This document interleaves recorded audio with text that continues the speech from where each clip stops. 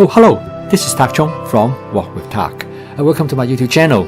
If you enjoyed this video, please like, subscribe, and share.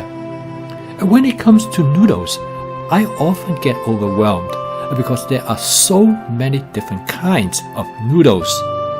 Let me give you an example.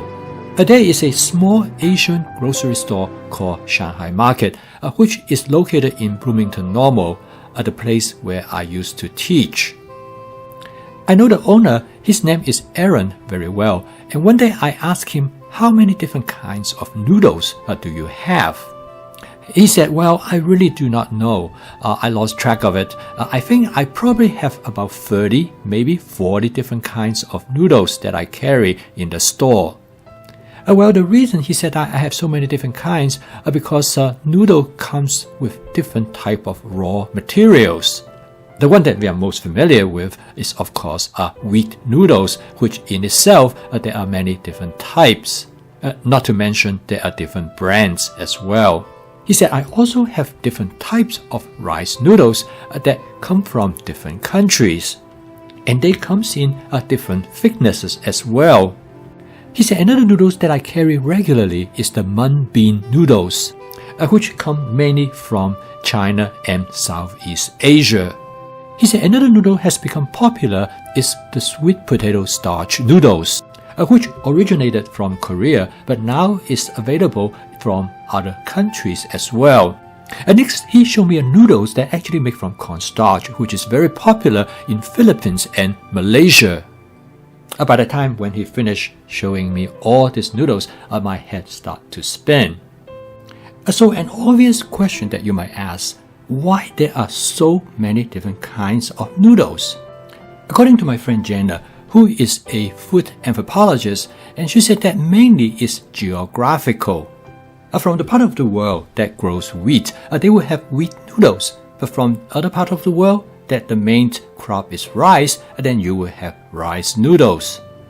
For quite some time, I used to associate particular noodles with the cuisines. For example, if I'm going to eat Asian food, I should use Asian noodles. And if I'm going to dine on Italian cuisines, then I should use spaghetti noodles. So I realized that for home cooking, to be creative as well as sustainable, you should honor tradition, but you should not bound by tradition. A couple of nights ago, I did a video on how to prepare a spaghetti dinner in the wok. I boiled 2 pounds of pasta noodles in the wok, and I used about 1/4 of it. I placed the remainder of the pasta noodles in plastic containers and I stored them in the refrigerator. In this video, I'm going to demonstrate to you how I'm going to use the remaining of the pasta noodles in making a lo mein. The purpose of this video is to demonstrate that you can use any of those noodles on the shelf of Shanghai Market basically to create the same dish. This will provide you with the opportunity to explore different types of noodles. It will make your meal more interesting and provide variations to your rotation. This dish provides a demonstration of the application of my fast cooking system, which is flavor chasing, advanced prepping, stir frying, and template-based cooking. Using my cooking system, you can create almost an infinite variations of dishes. And the essence of this variation is template-based cooking. Okay, let's go into the kitchen and I'll show you how I cook this dish. I'm going to start out with 2 tablespoons of canola oil in my Cucina 14-inch stainless steel wok. I'm going to heat up the oil until it starts to smoke gently, and I'm going to let it smoke for about 15 seconds, and this is the time when the wok is being seasoned. I call this method spot seasoning. It's basically I season the wok right on the spot each time before I cook. Using this method, it will assure me that I will have a non-stick cooked surface. For this lo mein dish, I'm going to create a vegetable medley that I already have in my advanced prepping. The first item I'm going to add into the wok is some bok choy. I had this bok choy for about 10 days, and they are still in really good shape. This is the last I have, and I want to use them up. Next, I'm going to add some king oyster mushroom. Again, I had them for about 10 days, which I purchased from HMart. This is also the last amount that I have. Again, they have excellent shelf life. They are still in really good shape. And the next vegetable ingredients I'm going to add is some zucchini. Again, I have them already in my advanced prepping. Advanced prepping is essential. It makes my cooking more spontaneous as well as intuitive. Advanced prepping is also critical for template-based cooking. Template cooking rely on the ability to substitute different ingredients, and with advanced prepping, you have many different ingredients to choose from. After stir-frying the vegetables for about 1 minute, I want to make sure the vegetables are well coated with oil. Hot oil is essential for stir-frying because it is the oil temperature that allows the Maillard reaction to take place. And you probably remember the Maillard reaction is the chemical reaction that takes place on the surface of the food ingredients in creating flavor molecules. The hot oil essentially provides the temperature environment for the Maillard reaction. Stir-frying is a very clever cooking technique. By constantly stirring the food ingredients, you only need to use a very small amount of oil. After stir-frying the contents for about 2 to 3 minutes, I'm ready now to add water to steam the vegetable so I can create the texture to the desired point. And the reason that I need to steam the vegetables because steam is far more effective in penetrate into the center of the food ingredients. Instead of adding a lot of water all at once, I'm only going to add a small amount of water at a time. I just want to add enough water to sit at the bottom of the wok. If I add too much water, it would dilute the flavor of the food ingredients. At the same time, it will maintain the nutritional quality of the food ingredients as well.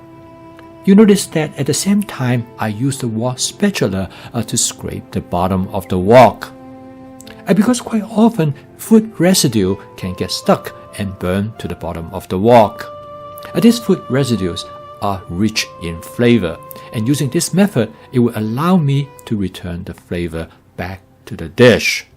At the same time, combining the water as well as the wok spatula, it allows me to clean the wok as I cook.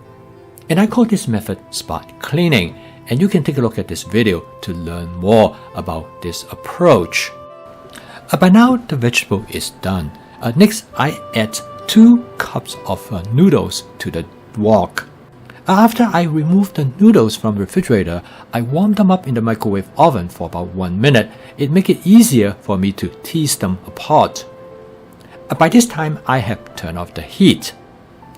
I use a pair of long-handled tongs to mix the noodle together with the vegetables in the wok.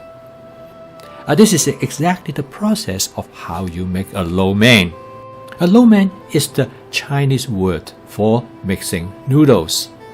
The final step is to season the noodles. I'm going to use a combination of 2 tablespoons of oyster sauce with 1 tablespoon of hoisin sauce. This is normally my basic seasoning strategy, and I'm going to make adjustments along the way as I finish up the dish.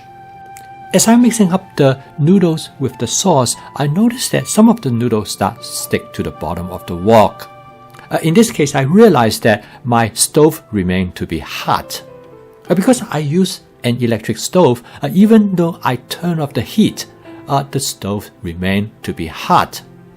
And the heat causes the noodles to stick. So I transfer the wok to the part of the stove that is not hot and finishing up the dish. I did a quick taste test. I decided that I'm going to add an additional amount of hoisin sauce to make the dish a little bit sweeter. I also decided I want to make the dish just a touch spicy. So I add 1 teaspoon of fried chili in oil sauce. This is going to be very mild, and most people probably would not find it spicy. The last ingredient I'm going to add to the wok is some cherry tomatoes. And after mixing in the content, the dish is done, and the total cook time is a little bit over 8 minutes. I cooked this dish for a friend of mine as a prep meal. In addition to this lo-mein dish, I also cook a teriyaki pork to go with this dish.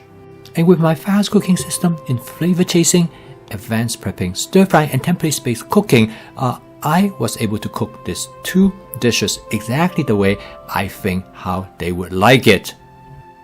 So you might ask what I'm going to do with the remaining pasta noodles that I have. I think I'm going to pan fry them to create a pan fried noodle dish. So as I have shown you here, this represents a template that you could modify using other types of noodles. I post a video every day to help you to make home cooking as part of your daily routine that is practical, efficient, and fun. So keep on cooking. I will see you tomorrow.